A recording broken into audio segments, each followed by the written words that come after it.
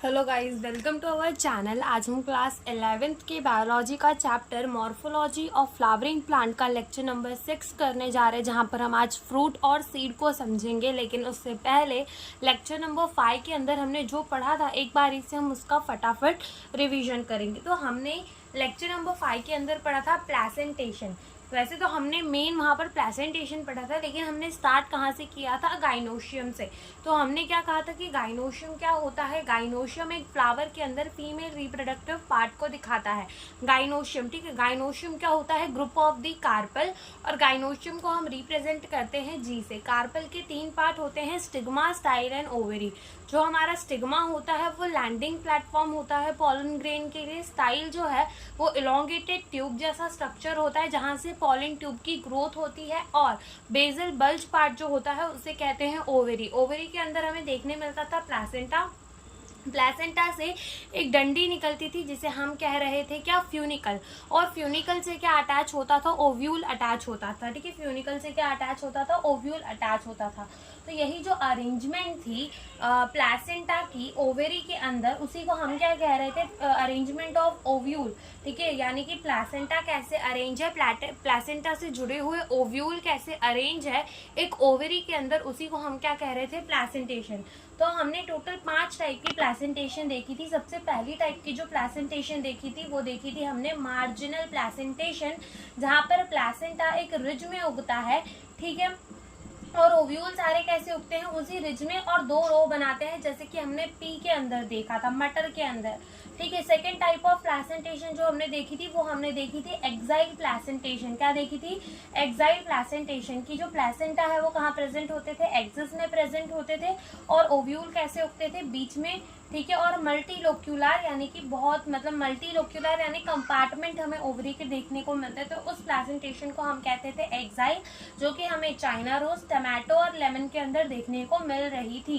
फिर हमने देखा था पेरिएंटल प्लेसेंटेशन। वहां पर पेरीफेरी में, यानी कि ओवेरी के दीवार पे प्लेसेंटा होते थे आजू बाजू में, और ओव्यूल जो है वो कहाँ उगते थे? पेरीफेरी में उगते थे। उसको हम कहते थे पेरिएटल प्लेसेंटेशन, ठीक है। जो कि हमने किसके अंदर देखा था?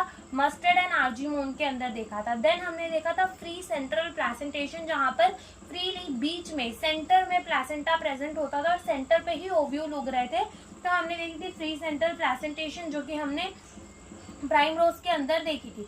और लास्ट हमने देखी थी बेसल प्लेसेंटेशन, जो उसमें क्या था? बेस पे खाली एक ओवेरी प्रेजेंट, एक ओव्यूल प्रेजेंट था, जैसे कि सनफ्लावर और मैरीगोल्ड के अंदर हमने ये देखा था बेसल प्लेसेंटेशन, ठीक है। अब हम स्टार्ट करते हैं फ्रूट। तो अगर हम बात करें तो फ्रूट क्या है, फ्रूट होता क्या है? हम पहले भी तो कहते थे कि जो हमारे ओव्यूल होते हैं वो फर्टिलाइजेशन के बाद क्या बन जाते हैं? सीड बन जाते हैं। और जो ओवेरी होती है वो फर्टिलाइजेशन के बाद क्या बन जाती है? फ्रूट बन जाती है। यानी क्या हम कह सकते हैं कि ओवेरी फर्टिलाइजेशन के बाद जो बन जाती है वही क्या है? हमारा फ्रूट है। हम कह सकते हैं ना कि ओवेरी फर्टिलाइजेशन के बाद जो बनती है वही क्या होता है? फ्रूट होता है। फ्रूट जो होता है ना वो कैरेक्टरिस्टिक फीचर होता है फ्लावरिंग प्लांट का। इसका मतलब क्या? देखो, अगर मान लो कोई फ्लावरिंग प्लांट है, ठीक है।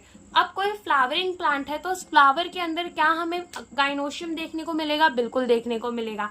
अब जब फ्लावर है तो उसके अंदर पॉलिनेशन होगी? बिल्कुल होगी। पॉलिनेशन होगी तो क्या फर्टिलाइजेशन होगा? बिल्कुल होगा। और फर्टिलाइजेशन के बाद ही तो क्या होगा? जो ओवरी है वो फ्रूट के अंदर कन्वर्ट हो जाएगी। अब कोई ऐसा पेड़ है, मान लो उसके अंदर फूल ही नहीं है, तो क्या तुम्हें उसके अंदर फल देखने को मिलेगा? कोई ऐसा पेड़ है जिसके अंदर फूल ही नहीं है, तो क्या तुम्हें उसके अंदर कभी फल देखने को मिल सकता है? नहीं देखने को मिल सकता। इसीलिए क्या कहा जाता है कि फ्रूट जो है वो कैरेक्टरिस्टिक फीचर है किसका? फ्लावरिंग प्लांट का। और फ्रूट क्या है?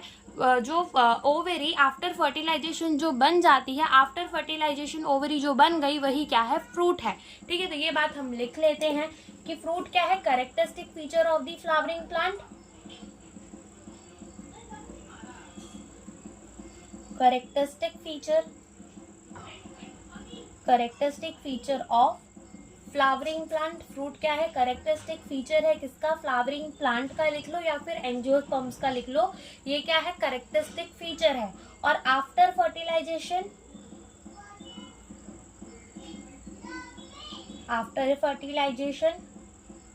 After fertilisation ovary become fruit, ठीक है। तो ये होता है हमारा फ्रूट। अब कुछ हमारे ऐसे फ्रूट, जैसे कि हमने कहा कि फर्टिलाइजेशन के बाद ओवेरी जो है वो किसके अंदर कन्वर्ट हो जाती है, फ्रूट के अंदर। लेकिन हमारे कुछ ऐसे फ्रूट्स होते हैं ना जो विदाउट फर्टिलाइजेशन ही फ्रूट के अंदर कन्वर्ट हो जाते हैं, यानी कि फर्टिलाइजेशन होने के पहले ही उनकी ओवेरी जो है वो फ्रूट के अंदर कन्वर्ट हो जाती है। ऐसे फ्रूट्स को क्या कहा जाता है, पैंथेरोकार्पिक फ्रूट। क्या कहा जाता है, पैंथेरोकार्पिक फ्रूट। तो इसे भी हम समझते हैं, पार्थेनोकार्पिक फ्रूट, पार्थेनोकार्पिक फ्रूट। तो पार्थेनो का मतलब होता है विदाउट फर्टिलाइजेशन,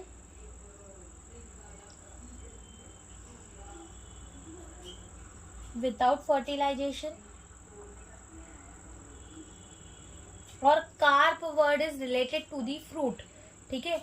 तो जो ऐसा फ्रूट होता है जो कि विदाउट फर्टिलाइजेशन बन जाए उसी को क्या कहते हैं, पार्थेनोकार्पिक फ्रूट कहते हैं, ठीक है। ऐसा फ्रूट जो विदाउट फर्टिलाइजेशन बन जाए उसी को क्या कहा जाता है, पार्थेनोकार्पिक फ्रूट कहा जाता है। अब जैसे कि ये फ्रूट जो है वो विदाउट फर्टिलाइजेशन बना है तो इसमें हमें कुछ ना कुछ तो अलग चीज देखने को मिलती ही होगी, और वो अलग चीज ये है कि ऐसे फ्रूट्स जिनके अंदर हमें सीड नहीं देखने को मिलते वो हमारे क्या होते हैं, पार्थेनोकार्पिक फ्रूट होते हैं। ऐसे फ्रूट जिनके अंदर हमें सीड नहीं देखने को मिलते वो फ्रूट हमारे क्या होते हैं, पार्थेनोकार्पिक फ्रूट होते हैं, ठीक है। तो यहाँ पर हम क्या लिखेंगे, नो सीड, की इस फ्रूट के अंदर हमें फ्रूट नहीं देखने को मिलता, तो ये हमारा है पार्थेनोकार्पिक फ्रूट। अब ऐसे कौन से फ्रूट है जिनके अंदर आपको सीड नहीं देखने को मिलता, क्या बनाना के अंदर सीड देखने को मिलता है, नहीं देखने को मिलता है। इसका मतलब ये कि जो बनाना है वो विदाउट फर्टिलाइजेशन बना है। अगर उसके अंदर फर्टिलाइजेशन हो जाती तो जब तुम बनाना खाते तो उसके बीच में जो काला काला डॉटेड पार्ट दिखता है वो पूरा का पूरा क्या होता, सीड होता, ठीक है। ग्रेप्स के अंदर तुम्हें बीच में हल्का सा कुछ फील होता होगा लेकिन वो सीड नहीं होता, लेकिन अगर फर्टिलाइजेशन हो जाती तो वो भी क्या बन जाता, सीड बन जाता। तो दो टाइप के हमारे फ्रूट होते हैं, बनाना और ग्रेप्स। ये दो क्या होते हैं, ये दो होते हैं पार्थेनोकार्पिक फ्रूट, ठीक है। तो ये हमने पढ़ लिया पार्थेनोकार्पिक फ्रूट के बारे में। और अब हम देखेंगे कि हमारी जो फ्रूट है वो दो चीजों से मिलकर बनी हुई होती है। जो फ्रूट है वो दो चीजों से बनके मिलकर बनी हुई होती है, एक तो सीड की, ठीक है, और दूसरा उसके अंदर क्या होता है, पेरिकार्प। पेरिकार्प का मतलब होता है फ्रूट की कवरिंग, ठीक है। पेरिकार्प का क्या मतलब होता है, फ्रूट की कवरिंग। और सीड का मतलब हमें पता है कि ओव्यूल फर्टिलाइजेशन के बाद क्या बन जाएगा, सीड बन जाएगा, लेकिन ये सीड हमें पार्थेनोकार्पिक फ्रूट के अंदर देखने को नहीं मिलेगी, ठीक है। तो हमने क्या कहा कि हमारा जो फ्रूट है ना वो दो चीजों से मिलकर बना हुआ होता है, सीड से और पेरिकार्प से। अब ये जो पेरिकार्प है यानी कि ये जो फ्रूट की कवरिंग है, पेरी का मतलब है पेरीफेरी पे, ठीक है, यानी कि आजू बाजू, और कार्प, ठीक है, यहाँ आर आएगा, और carp word is related to the fruit, ठीक है। तो समझ में आ रहा है ना, पेरिकार्प क्या होता है, जो फ्रूट के आजू बाजू प्रेजेंट हो वही क्या होता है, पेरिकार्प होता है। पेरी का मतलब पेरीफेरी पे और carp is related to the fruit, ठीक है। तो फ्रूट के जो आजू बाजू प्रेजेंट होगा उसी को हम क्या कहेंगे, पेरिकार्प कहेंगे। अब ये जो पेरिकार्प है ना, इट में भी ड्राई और इट में भी फ्लैशी, ठीक है। ये ड्राई भी हो सकता है, ये फ्लैशी भी हो सकता है। अब ड्राई यानी कि सूखा सूखा किसके अंदर हमें देखने को मिलता है, ग्राउंड नट के अंदर, ठीक है, मूंगफली के अंदर, ठीक है। जो ये पेरिकार्प होता है मूंगफली के अंदर कितना सूखा सूखा हुआ होता है, ठीक है। लेकिन अगर तुम वही इसको मैंगो के अंदर देखो तो क्या ये पेरिकार्प कितना फ्लैशी होता है, मैंगो के अंदर क्या पेरिकार्प सूखा सूखा होता है, ठीक है। तो देखो जो ग्राउंड नट है ना, तो ग्राउंड नट के जो दाने हम खाते हैं, ठीक है, जो चना है, जिसके चना कह रही हूँ, जो मूंगफली है जिसके दाने हम खाते हैं वो होता है सीड, और उसके बाहर जो ब्राउन ब्राउन कलर की कवरिंग प्रेजेंट होती है वो होता है पेरिकार्प। मैंगो के अंदर जो बीच में गुठली पाई जाती है वो होती है उसकी सीड, और जो आजू बाजू जो भी पाया जाता है वो उसका होता है पेरिकार्प। तो ये जो पेरिकार्प है ये ड्राई भी हो सकता है, ये फ्लैशी भी हो सकता है। ड्राई हमें किसके अंदर देखने को मिल रहा है, ग्राउंड नट के अंदर। फ्लैशी हमें किसके अंदर देखने को मिल रहा है, मैंगो के अंदर, ठीक है। तो पहले हम लिखेंगे कि ये पेरिकार्प क्या होता है। पेरी का मतलब तो समझ गए, carp is related to the fruit, यानी कि जो फ्रूट के आजू बाजू प्रेजेंट है, या फिर ऐसा लिख लो covering of fruit, covering of fruit, ठीक है, उसी को हम क्या कह देते हैं, पेरिकार्प। फ्रूट लिख लो या फिर सीड लिख लो, कि कवरिंग ऑफ सीड ज्यादा सही रहेगा, कि जो सीड की कवरिंग होती है उसको क्या कह देते हैं, पेरिकार्प कह देते हैं। अब ये पेरिकार्प हमने क्या कहा, इट मे बी ड्राई और इट मे बी फ्लैशी। ठीक है, तो हम ये भी बात लिखेंगे, पेरिकार्प मे बी ड्राई और इट मे बी फ्लैशी। ठीक है, ये ड्राई भी हो सकता है और ये फ्लैशी भी हो सकता है। ड्राई हमें किसके अंदर देखने को मिल रहा है, ग्राउंडनट के अंदर, और फ्लैशी हमें किसके अंदर देखने को मिलेगा, मैंगो वगैरह के अंदर। अब जब ये पेरिकार्प जब फ्लैशी होता है ना, जब थोड़ा मोटा होता है, थिक होता है, फ्लैशी होता है, तो ये डिफरेंशिएटेड होता है 3 अलग अलग चीजों के अंदर, एपिकार्प, मेसोकार्प एंड एंडोकार्प के अंदर। तो जब ये फ्लैशी होगा तो हम लिखेंगे यहाँ डिफरेंशिएटेड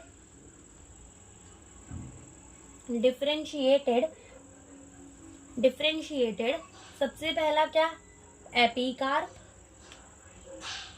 दूसरा होगा इसका मेसोकार्प, और तीसरा होगा इसका एंडोकार्प। तीसरा क्या होगा, एंडोकार्प। एपी का मतलब होता है एकदम बाहर वाला, एपी का मतलब होता है एकदम बाहर वाला, यानी कि एपिकार्प जो है वो सबसे आउटर लेयर होता है। Meso is related to the middle. ठीक है, यानी कि ये जो पार्ट होता है वो कौन सा वाला होता है, मिडल होता है।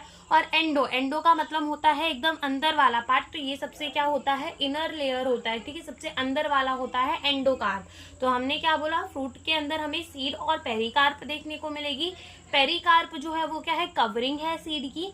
अब पेरिकार्प जो है वो ड्राई भी हो सकता है, फ्लैशी भी हो सकता है। ड्राई हमें ग्राउंडनट के अंदर देखने को मिल जाता है, लेकिन अगर वो फ्लैशी होगा तो वो डिफरेंशिएटेड होगा। एपिकार्प सबसे बाहर वाला, मेसोकार्प बीच वाला, एंडोकार्प अंदर वाला।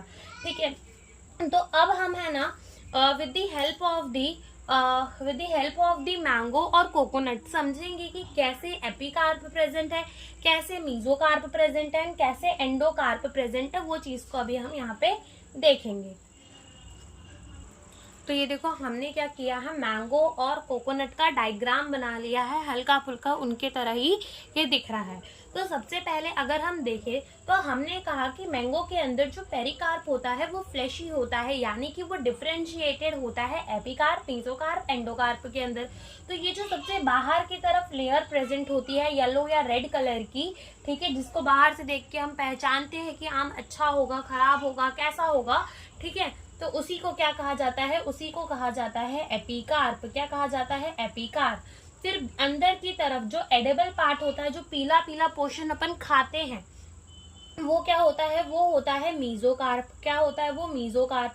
और ये जो मेसोकार्प है वो कैसा पोर्शन होता है अपने मैंगो के अंदर, एडिबल। ठीक है, मेसोकार्प जो है वो एडिबल है। ठीक है, और ये जो ब्लैक सा पार्ट दिख रहा है, ठीक है, जिसमें बाल भी प्रेजेंट होंगे, हेयर्स भी प्रेजेंट होंगे, कभी तो कभी आम की गुठली चाटी होगी। ठीक है, तो उसमें देखा होगा कि यहाँ पर बाल, हेयर लाइक स्ट्रक्चर्स हमें देखने को मिलते हैं। तो ये सबसे अंदर की तरफ है, तो ये क्या है, एंडोकार्प। ये क्या है, एंडोकार्प। और ये जो बीच में पोर्शन प्रेजेंट है यही क्या होता है, सीड। ठीक है, यही क्या होता है, सीड होता है। ठीक है, तो ये होता है मैंगो। ठीक है, तो क्या बाहर की तरफ एपिकार्प, बीच में प्रेजेंट होता है मेसोकार्प जो कि एडिबल पार्ट होता है। फिर अंदर की तरफ स्टोनी पार्ट होता है जिसे हम कहते हैं एंडोकार्प, और अंदर की तरफ सीड। अगर कोई पूछे कि मैंगो के अंदर एडिबल पार्ट कौन सा होता है तो वो होता है मेसोकार्प। ठीक है, फिर अगर अपन देखें कोकोनट के अंदर, कोकोनट के अंदर क्या होता है, कोकोनट के अंदर एपिकार्प नहीं प्रेजेंट होता। कोकोनट के अंदर एपिकार्प नहीं प्रेजेंट होता। ठीक है, कोकोनट के अंदर क्या नहीं प्रेजेंट होता, एपिकार्प नहीं प्रेजेंट होता। ठीक है, तो बाहर की तरफ जो उसका प्रेजेंट रहता है वो होता है उसका मेसोकार्प। जो फाइबर है जिसके ऊपर बहुत बाल रहते हैं, जो कि बहुत टफ रहता है, वो क्या होता है, मेसोकार्प। फिर यहाँ पे तुम्हें बीच में थोड़ा सा ब्लैक पोर्शन दिखता है, ठीक है, वो क्या होता है, वो होता है एंडोकार्प। ये होता है एंडोकार्प। ठीक है, और ये जो अंदर की तरफ व्हाइट तुम्हें दिखता है जो हम खाते हैं, वो क्या होती है, सीड होती है। ठीक है, तो सीड होती है। तो कोकोनट के अंदर एडिबल पार्ट कौन सा होता है, उसका सीड होता है। ठीक है, कोकोनट के अंदर एडिबल पार्ट क्या होता है, सीड होता है। मैंगो के अंदर एडिबल पार्ट क्या होता है, मेसोकार्प होता है। ठीक है। मैंगो के अंदर एडिबल पार्ट क्या होता है, मीजोकार्प होता है। कोकोनट के अंदर एडिबल पार्ट क्या होता है, उसका सीड होता है। ठीक है, तो ये हमने पढ़ लिया एपिकार्प, मीजोकार्प और एंडोकार्प के बारे में। अब ये जो मैंगो और ये जो कोकोनट है ना, इनको ड्रूप फ्रूट भी कहा जाता है। अब ड्रूप फ्रूट का मतलब क्या होता है वो भी हम एक बार ही समझ लेते हैं। ड्रूप फ्रूट, इसका मतलब होता है ये वो फ्रूट होते हैं जो कि मोनोकार्पिलरी सुपीरियर ओवेरी से बनते हैं, उनको क्या कह दिया जाता है, ड्रूप फ्रूट कह दिया जाता है। ये लिखते हैं हम, मोनोकार्पिलरी सुपीरियर ओवेरी। अब बात समझना, देखो मोनोकार्पिलरी, मोनो का मतलब क्या होता है, वन यानी कि single. Carpel word is related to gynoecium. ठीक है, गाइनोशियम का मतलब उसमें क्या होगी, स्टिग्मा, स्टाइल एंड ओवेरी।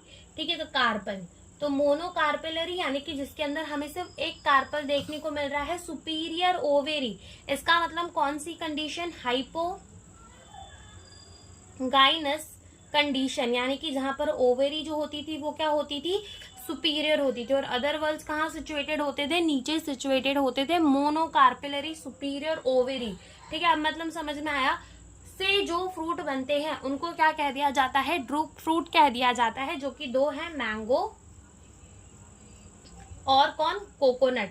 और ऐसे जो फ्रूट्स होते हैं ना जो कि मोनोकार्पिलरी मतलब सुपीरियर ओवेरी हो ना हो लेकिन मोनोकार्पिलरी हो, तो उनके अंदर हमें क्या देखने को मिलता है, सिंगल सीड, यानी कि एक ही सीड देखने को मिल जाता है। ठीक है, एक ही सीड हमें वहां देखने को मिल जाता है। ठीक है, तो ये होते हैं ड्रूप फ्रूट। तो यहाँ पर हमारी जो फ्रूट है वो होता है खत्म। अब हम स्टार्ट करते हैं सीड को। अब अगर हम सीड के बारे में पढ़े तो हम क्या कह रहे थे कि जो ओव्यूल है वो आफ्टर फर्टिलाइजेशन क्या बन जाता है, सीड बन जाता है। तो वही हम यहाँ पे लिखेंगे, ओव्यूल आफ्टर फर्टिलाइजेशन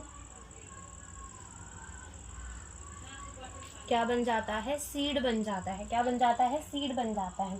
ठीक है, अब सीड के अंदर हमें दो चीज देखने को मिलती है, एक तो सीड कोट देखने को मिलता है, दूसरा हमें देखने को मिलती है एम्ब्रोनल एक्सिस। क्या देखने को मिलती है, एम्ब्रियो देखने को मिलता है। ठीक है, तो यहाँ पे हम लिखेंगे कि सीड के अंदर हमें क्या दो चीजें देखने को मिलती है, एक हमें देखने को मिलता है सीड कोट और एक हमें देखने को मिलता है एम्ब्रियो। ठीक है, एक हमें देखने को मिलता है सीड कोट और एक हमें देखने को मिलता है एम्ब्रियो। अब एम्ब्रियो के अंदर हमें दो चीजें देखने को मिलती है, एक एम्ब्रोनल एक्सेस देखने को मिलती है, एम्ब्रियोनल एक्सेस देखने को मिलती है, और दूसरा हमें देखने को मिलता है कॉटिलिडन। क्या देखने को मिलता है, कॉटिलिडन देखने को मिलता है, कॉटिलिडन देखने को मिलता है। ठीक है, तो हमने क्या कहा कि ओव्यूल आफ्टर फर्टिलाइजेशन जो बनता है उसी को हम क्या कहते हैं, सीड कहते हैं। सीड के अंदर हमें क्या देखने को मिलता है, सीड कोट देखने को मिलता है और एम्ब्रियो देखने को मिलता है। एम्ब्रियो के अंदर हमें देखने को मिलता है एम्ब्रोनल एक्सिस, जिसके अंदर हमें पिम्यूल भी देखने को मिलता है, रेडिकल भी देखने को मिलता है और कॉटिलिडन देखने को मिलता है। अब ये कॉटिलिडन जो है ना वो वेरी करता है इन द मोनोकॉट और डाइकॉट सीड। जो मोनोकॉट सीड होता है उनके अंदर हमें सिंगल कॉटिलिडन देखने को मिलता है, एक ही कॉटिलिडन देखने को मिलता है जिसमें फूड स्टोर होता है। ठीक है, whereas in the dicot seed हमें क्या देखने को मिलेगा, दो कॉटिलिडन देखने को मिलते हैं इन द डाइकॉट सीड। ठीक है, तो हमें डाइकॉट सीड के अंदर कितने कॉटिलिडन्स देखने को मिलेंगे, दो कॉटिलिडन्स देखने को मिलेंगे। तो हम सबसे पहले क्या पढ़ेंगे, डाइकॉट सीड को पढ़ेंगे। हम सबसे पहले क्या पढ़ेंगे, डाइकॉट सीड। अब डाइकॉट इसका मतलब ही क्या है कि यहाँ पर हमें कितने कॉटिलिडन्स देखने को मिलेंगे, दो कॉटिलिडन देखने को मिलेंगे डाइकॉट सीड के अंदर। अब जो सबसे आउटर मोस्ट कवरिंग होती है ना सीड की, उसे क्या कहा जाता है, सीड कोट कहा जाता है। आउटर मोस्ट कवरिंग जो होती है सीड की उसे क्या कहा जाता है, सीड कोट कहा जाता है। और जो सीड कोट की आउटर वाली लेयर होती है उसको टेस्टा कहा जाता है और जो अंदर वाली लेयर होती है उसको टेगमेन कहा जाता है। ठीक है, तो ये भी हम लिख देंगे, आउटर मोस्ट कवरिंग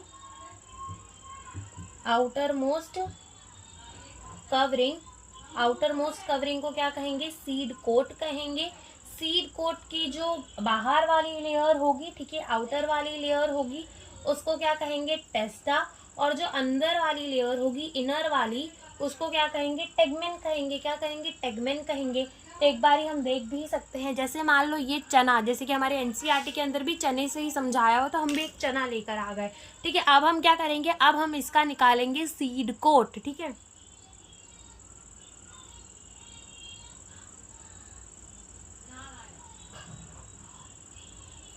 ये सही से निकल नहीं रहा, लेकिन समझ जाओ। ठीक है, जैसे मान लो कि ये इसका क्या निकाला हमने, सीड कोट निकाला। ठीक है, मान लो ये हमने उसका क्या निकाला है, सीड कोट निकाला है। ठीक है, ये मान लो हमने इसका क्या निकाला है, सीड कोट। तो ये जो अंदर वाली लेयर है इसको हम क्या कहेंगे, टेगमेन। और ये जो ब्राउन कलर की लेयर दिख रही है बाहर, इसको हम क्या कहेंगे, इसको हम कहेंगे टेस्टा। और जो अंदर वाली लेयर है उसे हम क्या कहेंगे, उसे हम कहेंगे टेगमेन। और जो ये बाहर वाली है ब्राउन, ठीक है, उसको हम क्या कहेंगे, टेस्टा कहेंगे। क्या कहेंगे, टेस्टा कहेंगे। ठीक है, अब जैसे तुम देखो तो चने के अंदर तुम्हें 2 कॉटिलेडन्स, अब देखो ये अच्छे से निकल गया। ठीक है, तो देखो ध्यान से देखना,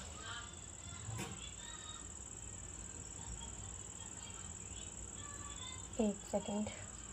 ठीक है, ये अंदर वाली जो लेयर है वो क्या होगी, अंदर वाली जो लेयर हो वो होगी टेस्टा। और ये जो ब्राउन कलर की दिख रही है ये क्या है, टेगमेन है। ठीक है, अब अगर तुम चने की सीड में देखो तो उसके अंदर तुम्हें क्या देखने को मिले, कॉटिलिडन्स देखने को मिल रहे हैं, 2 cotyledon.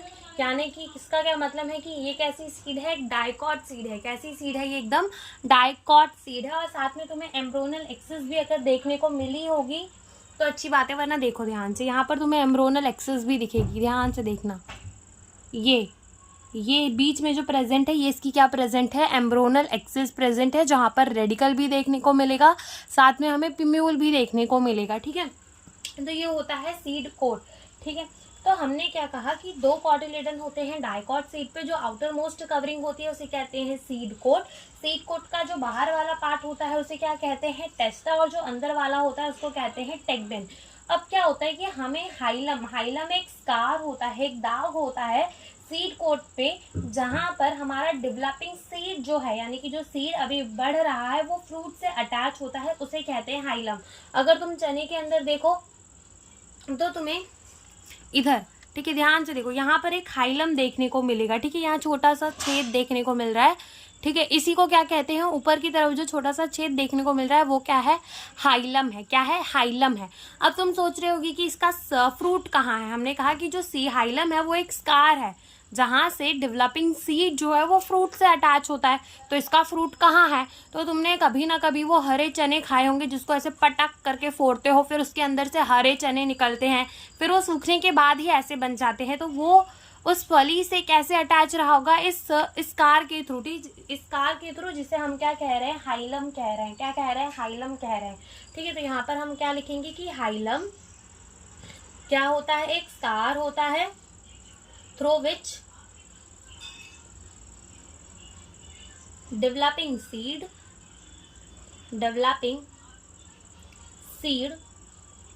is attached to fruit।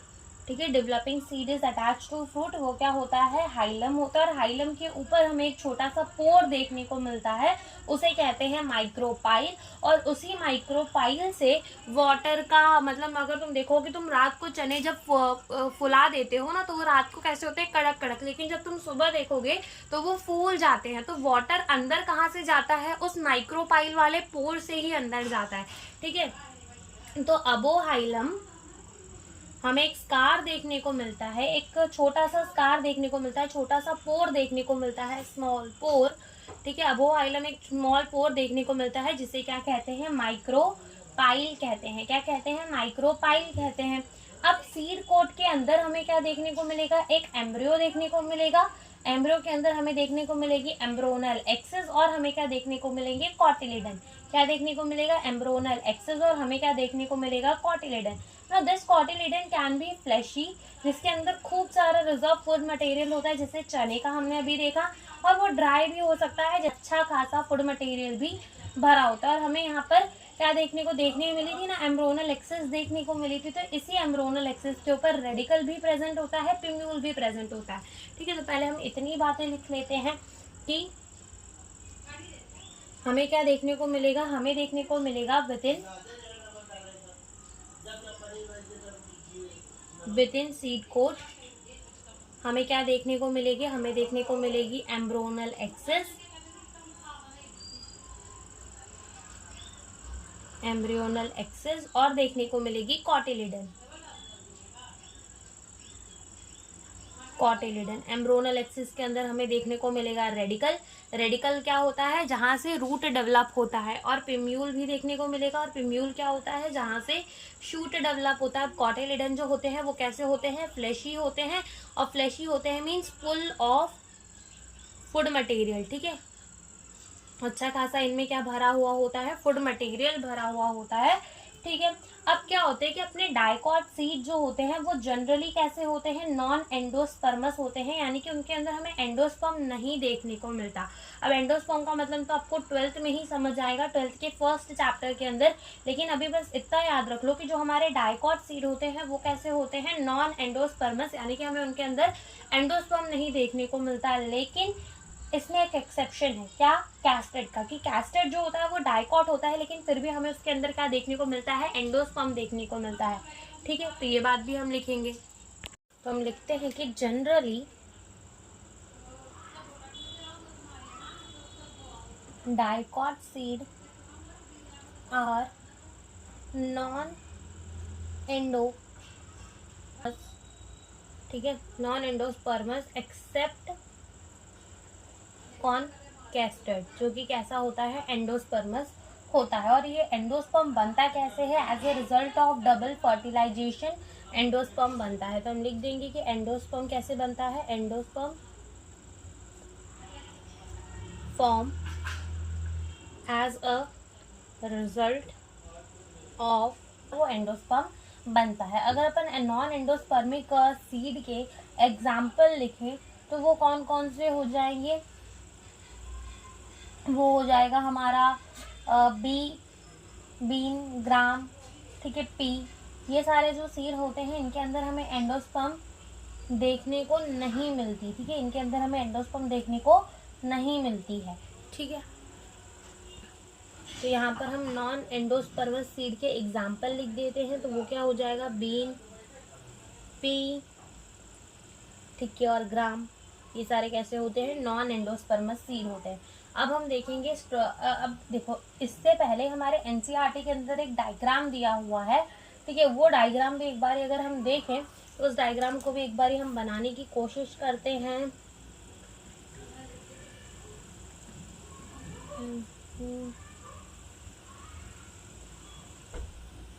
बन तो नहीं पाई, लेकिन समझ लो, ठीक है। देखो, सबसे पहले तो ये मान लो, ये क्या है, हमारा चना है, क्या है, ये चना है।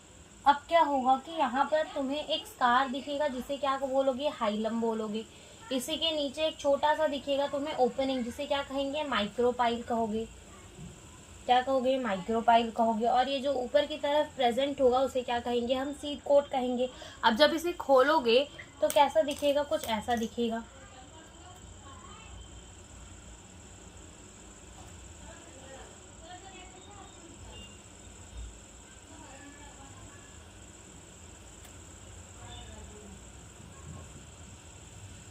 ठीक है। तो ये दोनों क्या है, ये दोनों है इसके कॉटिलिडन,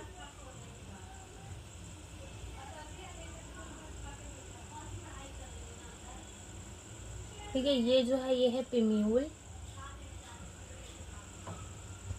और ये जो है ये है रेडिकल,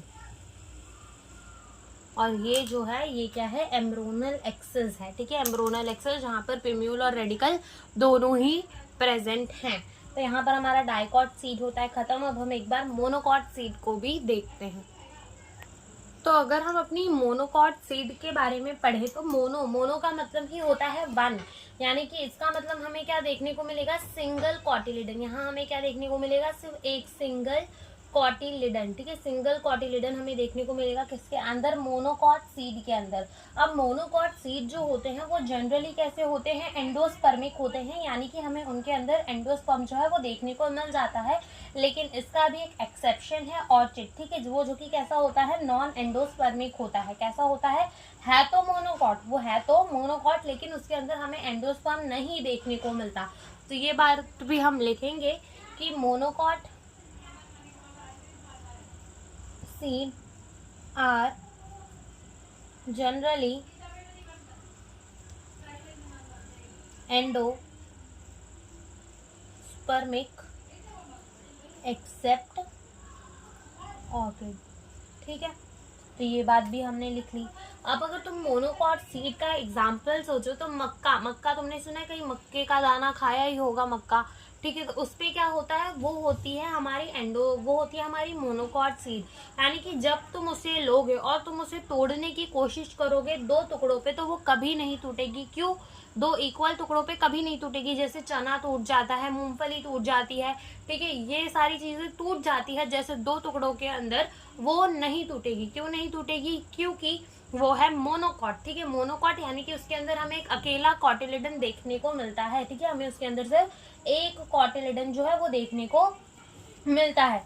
और अगर हम बात करें यहाँ पर सीड कोट की, तो इनकी जो सीड कोट होती है वो मेम्ब्रेनस होती है। मेम्ब्रेनस का मतलब ट्रांसपेरेंट होती है, पतली सी होती है, एंड वो जो सीड है उसको फ्रूट से जोड़ने का काम करती है। फ्रूट जो है सीड को जोड़ने का काम करती है। अगर तुम देखो तो जब तुम मक्का खाते हो तो उसके बीच में एक ऐसा सा कुछ होता है जिसके ऊपर क्या होते हैं, मक्के के पूरे सीड ऐसे लगे हुए होते हैं। तो ये जो लगे हुए होते हैं वो किसके हेल्प से लगे हुए होते हैं? वो लगे हुए होते हैं with the help of the seed coat, जो कि इनके अंदर कैसी होती है, मेम्ब्रेनस होती है। ठीक है, इन्फ्यूज रहती है विद द फ्रूट वॉल। ठीक है, और इनका एंडोस्पर्म जो होता है वो फूड को स्टोर करता है। इनकी भी जो कुछ कवरिंग होती है वो सारी हम आगे देखेंगे, लेकिन पहले हम यहाँ पर कुछ चीजें जो है वो समझने की कोशिश करते हैं। ठीक है, तो अगर तुम देखो, जैसे मान लो ये तुमने क्या बना दिया, एक मक्के का दाना बना दिया। ठीक है, क्या बना दिया, एक मक्के का दाना। तो इसके ऊपर क्या प्रेजेंट होगा, सीड कोट, जो कि इसमें कैसा होने वाला है, इसके अंदर होने वाला है मेम्ब्रेनस, और क्या करेगा, फ्यूज्ड विथ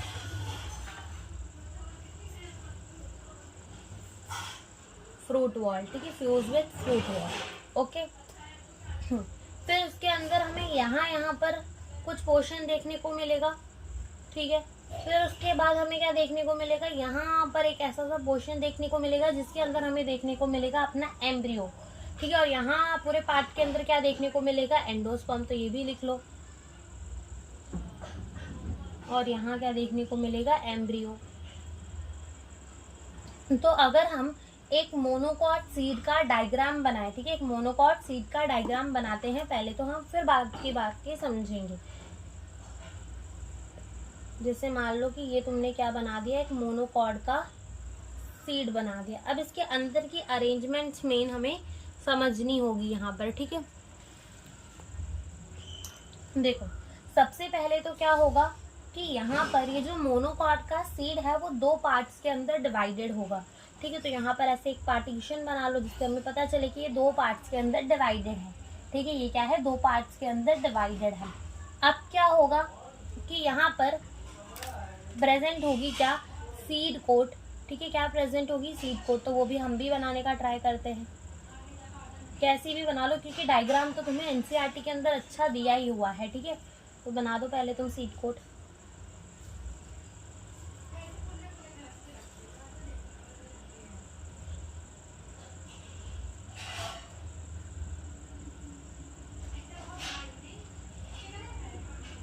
ठीक है, तो मान लो ये क्या है, तुम्हारा सीड कोट है, सीड कोट है। ठीक है, अब क्या होगा कि तुम्हें यहाँ पर एक लेयर देखने को मिलेगी जिसे कहते हैं एरियोल लेयर, जो कि एक प्रोटीन की बनी हुई होती है। ठीक है, तो कहाँ देखने को मिलेगी, यहीं पे देखने को मिलेगी। ठीक है, यहाँ पर।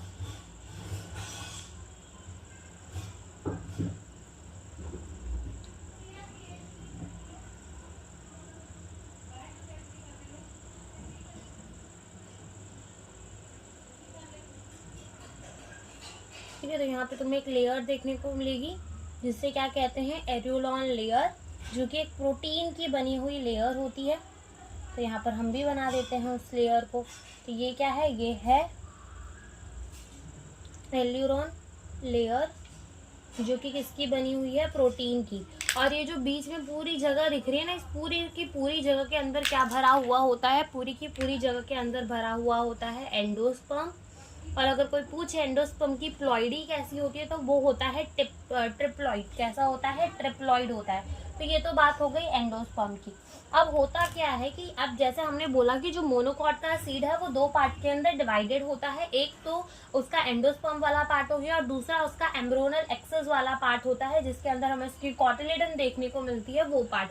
तो वो यही पार्ट है जिसके अंदर हम इसकी कॉटिलिडन, इसकी एम्ब्रियोनल एक्सेस, दोनों ही चीजें हमें यहाँ पर देखने को मिलेंगी। ठीक है, तो यहाँ पर तुम्हें देखने को मिलेगा क्या, रेडिकल।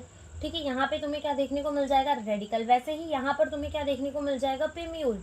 अब ऐसे ही रेडिकल और पिम्यूल की एक प्रोटेक्टिव कवरिंग होगी। ठीक है, जैसे कि ये मान लो ये क्या है, रेडिकल है, ये मान लो क्या है, पिम्यूल है। अब ये तो पता है ना कि रेडिकल आगे जाकर क्या बनाने वाला है, रूट बनाने वाला है। पिम्यूल आगे जाकर क्या बनाने वाला है, शूट सिस्टम बनाने वाला है। तो यहाँ पर हमने बोला इन दोनों की एक प्रोटेक्टिव कवरिंग होती है। ठीक है, तो जो रेडिकल के पास जो कवरिंग होती है उसको कहते हैं कॉलियोहाइजा, कॉलियोहाइजा। ठीक है, क्या कहते हैं, कॉलियोहाइजा। और जो पिम्यूल के पास कवरिंग होती है उसको कहते हैं कोलियोप्टाइल। क्या कहते हैं, कोलियोप्टाइल। तो ये भी लिख लो। ठीक है, तो ये हो गया रेडिकल, ये हो गया पिम्यूल। रेडिकल की कवरिंग कॉलियोहाइजा और पिम्यूल की कवरिंग क्या हो जाएगी, कोलियोप्टाइल। और यहाँ पे ये जो पूरी चीजें पड़ी होंगी, ठीक है, इनके कॉटिलिडन, यहाँ पे ये जो होगा इसका क्या होगा, कॉटिलिडन। और इसके कॉटिलिडन को ही क्या कहा जाता है, मोनोकॉट के कॉटिलिडन को कहा जाता है स्केटेलम। ठीक है, तो ये भी लिख लो, स्क्यूटेलम। ठीक है, इसका कोटिलिडन है क्या, स्क्यूटेलम। स्क्यूटेलम क्या है, इसका कॉटिलिडन है। तो ये होता है पूरे के पूरे मोनोकॉट सीड का क्या होता है, डायग्राम होता है। ठीक है, क्या होता है, मोनोकॉट सीड का एक डायग्राम होता है। और ये जो एरियोलॉन लेयर होती है, ये जो प्रोटीन की एक लेयर होती है, इसका काम क्या होता है कि ये सेपरेट करता है कॉटिलिडन और एंडोस्पर्म को। ठीक है, कॉटिलिडन एंड एंडोस्पर्म को सेपरेट करने का काम कौन करता है, ये एरियोलॉन लेयर करती है। ठीक है, तो ये बात भी हमारी हो गई। अब यहाँ पे जो इसकी कॉटिलिडन है, दैट जिसे हम क्या कह रहे हैं, स्केटेलम कह रहे हैं, उसको कैसे कहा जाता है, शेल्ड शेप, यानी ढाल जैसी शेप का कहा जाता है। ठीक है, तो ये बात होगी कि इसको कैसा कहा जाता है, ढाल जैसी शेप का कहा जाता है। तो यहाँ पे हमारे स्ट्रक्चर ऑफ दी मोनोकॉट और डायकॉट सीड होते हैं खत्म। और ज्यादातर क्वेश्चन जो है यही पूछा जाता है कि रेडिकल की कवरिंग को क्या कहते हैं, जो रेडिकल के पास प्रोटेक्टिव कवरिंग है उसे क्या कहते हैं, जो पिम्यूल के पास प्रोटेक्टिव कवरिंग है उसे क्या कहते हैं, जो मोनोकॉट के अंदर कॉटिलिडन होता है उसे क्या कहते हैं, और ऐसा कौन सा लेयर है जो एंडोस्पर्म और एम्ब्रियो को सेपरेट कर रहा है। ये सारी चीजें ही यहाँ पर मोनोकॉट के अंदर पूछ ली जाती हैं। ठीक है, तो यहाँ पर हमारा मोनोकॉट सीड भी होता है खत्म। Thank you for watching the video. और इसके बाद हम देखेंगे फैमिली, जिसमें हम सेमी टेक्निकल टर्म्स को देखेंगे, और एक फैमिली हमारे एनसीईआरटी के अंदर दी हुई है सोलेनेसी, उसे भी हम समझ लेंगे।